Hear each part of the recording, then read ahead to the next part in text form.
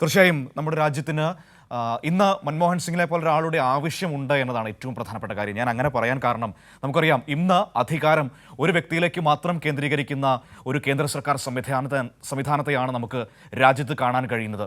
ഒരു വിമർശനങ്ങളോട് പോലും സഹിഷ്ണുതയോടെ പ്രതികരിക്കാൻ കഴിയാത്ത ഒരു ഭരണ സംവിധാനം നമ്മുടെ രാജ്യത്ത് ഇന്ന് നിലനിൽക്കുമ്പോഴാണ് മൻമോഹൻ സിംഗിൻ്റെ ഒരു പ്രാധാന്യം നമുക്ക് വ്യക്തമാകുന്നത്. ശരിയാണ്, അദ്ദേഹത്തിൻ്റെ സാമ്പത്തിക നയങ്ങൾ അത് പലപ്പോഴും തെറ്റായ രീതിയിൽ ഈ രാജ്യത്തിന് പ്രത്യാഘാതങ്ങൾ ഉണ്ടാക്കിയിട്ടുണ്ട് എന്നത് വസ്തുത തന്നെയാണ്. ഇന്ത്യയുടെ സാമ്പത്തിക മേഖലയിൽ നവ ഉദാരവൽക്കരണ നയങ്ങൾ തുറന്നിടുകയും ഇന്ത്യയുടെ സാമ്പത്തിക മേഖലയെ തുറന്നിടുകയും ചെയ്ത നേതാവ് അല്ലെങ്കിൽ സാമ്പത്തിക ശാസ്ത്രജ്ഞൻ എന്ന രീതിയിൽ തന്നെയായിരിക്കും ഡോക്ടർ മൻമോഹൻ സിംഗ് എന്നും ഓർമ്മിക്കപ്പെടുക. ഇന്ത്യയുടെ സാമ്പത്തിക ഘടനയ്ക്ക് അത് പുറത്ത് വലിയൊരു ആഡംബരം സൃഷ്ടിച്ചിട്ടുണ്ട് എന്നത് വസ്തുതയാണ്. പക്ഷേ അതിനപ്പുറത്തേക്ക് ആ തിളക്കം ഇന്ത്യയുടെ സാധാരണക്കാരായ മനുഷ്യരുടെ ജീവിത പ്രശ്നങ്ങൾ പരിഹരിക്കുന്നതിന് ഉണ്ടായോ എന്നത് വളരെ പ്രധാനപ്പെട്ട ചോദ്യമായി ഇന്നും നിൽക്കുകയാണ്. ഒരു വിഭാഗം മനുഷ്യർക്ക് വലിയ നേട്ടങ്ങൾ ഉണ്ടായപ്പോൾ സാധാരണക്കാരായ ജനങ്ങൾ വീണ്ടും അവരുടെ കഷ്ടതയിൽ തന്നെ മുന്നോട്ട് പോകേണ്ടി വരുന്ന സാഹചര്യമാണ് ഈ ഉദാരവൽക്കരണ കാലത്തിന് ശേഷം പിന്നെ നമുക്ക് കാണാൻ കഴിഞ്ഞത്. അദ്ദേഹം തുറന്നിട്ട ആ സാമ്പത്തിക വ്യവസ്ഥ തന്നെ മുന്നോട്ട് കൊണ്ടുപോവുകയായിരുന്നു പിന്നീട് വന്ന BJP സർക്കാരും NDA സർക്കാരും ചെയ്തുകൊണ്ടിരിക്കുന്നത്. പക്ഷേ ഇതൊക്കെയാണെങ്കിലും ഡോക്ടർ മൻമോഹൻ സിംഗ് ഇന്ത്യ കണ്ട ഏറ്റവും മികച്ച പ്രധാനമന്ത്രിമാരിൽ ഒരാളായി അടയാളപ്പെടുത്തുക തന്നെ ചെയ്യും. പലപ്പോഴും സ്വന്തം കഴിവ് അദ്ദേഹത്തിന് പ്രകടിപ്പിക്കാൻ കഴിഞ്ഞിരുന്നില്ല എന്നൊരു പ്രശ്നം കൂടി നമ്മുടെ മുൻപിലുണ്ട്. കാരണം എപ്പോഴും നെഹ്റു കുടുംബം അദ്ദേഹത്തിനൊരു ദൗർബല്യമായിരുന്നു.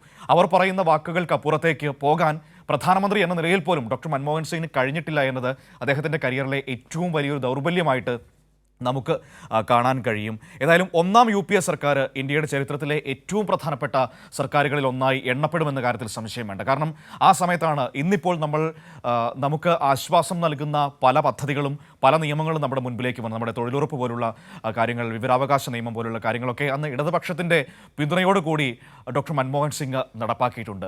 ഇടതുപക്ഷം ആ സർക്കാരിൽ വഹിച്ച പ്രാധാന്യത്തെക്കുറിച്ച് കൃത്യമായ ബോധ്യമുള്ളൊരു വ്യക്തി കൂടിയായിരുന്നു ഡോക്ടർ മൻമോഹൻ സിംഗ്. പിന്നീട് ആണവ കരാറിൻ്റെ പേരിൽ പിന്തുണ പിൻവലിക്കുന്ന സാഹചര്യമൊക്കെ നമുക്കറിയാം, അതൊക്കെ നമ്മുടെ മുൻപിലുണ്ട്. ഏതായാലും ഡോക്ടർ മൻമോഹൻ സിംഗ് ഇന്ത്യയുടെ ചരിത്രത്തിലെ എണ്ണപ്പെട്ട പ്രധാനമന്ത്രിമാരിൽ ഒരാളായി അടയാളപ്പെടുത്തുമെന്ന കാര്യത്തിൽ ഒരു സംശയവും വേണ്ട. തുടർച്ചയായി 10 വർഷം ഇന്ത്യയുടെ പ്രധാനമന്ത്രി പദവിയിൽ ഇരുന്ന ഡോക്ടർ മൻമോഹൻ സിംഗ് അദ്ദേഹം നമ്മുടെ ചരിത്രത്തിലേക്ക് മായുകയാണ്.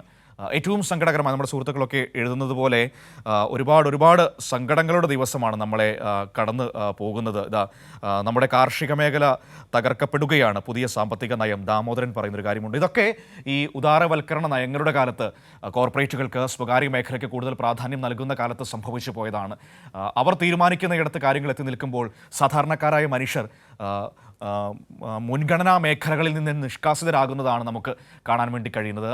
ഈ പറയുന്ന ഉദാരവൽക്കരണ നയങ്ങൾ, സാമ്പത്തിക മേഖല തുറന്നിട്ടപ്പോൾ പുറകോട്ട് പോയത് ഈ നാട്ടിലെ സാധാരണക്കാരായ മനുഷ്യരായിരുന്നു.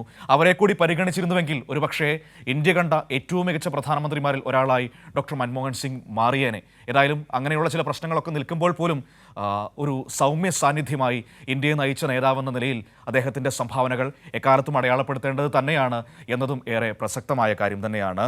നമ്മുടെ ഒരുപാട് സുഹൃത്തുക്കൾ ഡോക്ടർ മൻമോഹൻ സിംഗിനെ ഓർത്തുകൊണ്ട് മൊയ്തീൻ പറയുന്നു, അദ്ദേഹത്തിന് ആദരാഞ്ജലികൾ പറയുന്നുണ്ട്. ഒപ്പം തന്നെ അങ്ങനെ ഒരുപാട് കാര്യങ്ങൾ എല്ലാവർക്കും ശുഭദിനങ്ങളൊക്കെ നൽകുന്നുണ്ട് നമ്മുടെ സുഹൃത്തുക്കൾ. ഏതായാലും മൻമോഹൻ സിംഗിൻ്റെ സാമ്പത്തിക നയം രാജ്യത്തെ പുറകോട്ട് നയിച്ചു. തെറ്റായ സാമ്പത്തിക നയമായിരുന്നു എന്ന് CPM അന്ന് വിലയിരുത്തിയിരുന്നുവെന്ന് സർജൻ പറയുന്നൊരു കാര്യമുണ്ട്. തീർച്ചയായും ആ ഉദാരവൽക്കരണ സാമ്പത്തിക നയങ്ങൾക്കെതിരെ ഇടതുപക്ഷം ശക്തമായ നിലപാട് എക്കാലവും സ്വീകരിച്ചിരുന്നു. പക്ഷേ അവിടെ കണ്ടൊരു ഒരു പ്രധാനപ്പെട്ട വസ്തുത എന്ന് പറയുന്നത് ആ വിയോജിപ്പുകളെ വളരെ സഹിഷ്ണുതയോടെ സ്വീകരിക്കാനും അഡ്രസ്സ് ചെയ്യാനും ഡോക്ടർ മൻമോഹൻ സിംഗിന് കഴിഞ്ഞിരുന്നു എന്ന ഒരു വലിയ മാന്യത നമുക്ക് അദ്ദേഹത്തിൽ കാണാൻ കഴിയും. ഇന്ന് നമ്മുടെ രാജ്യത്ത് ഇല്ലാതെ പോകുന്നതും അതാണ്. വിമർശനങ്ങളോട് സഹിഷ്ണുതയോടെ പ്രതികരിക്കാൻ ഇന്ന് നമ്മുടെ പ്രധാനമന്ത്രിക്കോ നമ്മുടെ രാജ്യ നേതൃത്വത്തിനോ കഴിയാതെ പോകുന്നു എന്നതാണ് മൻമോഹൻ സിംഗിൻ്റെയൊക്കെ ഒരു പ്രാധാന്യം നമ്മളോട് ഈ ഘട്ടത്തിൽ പറയുന്നത്.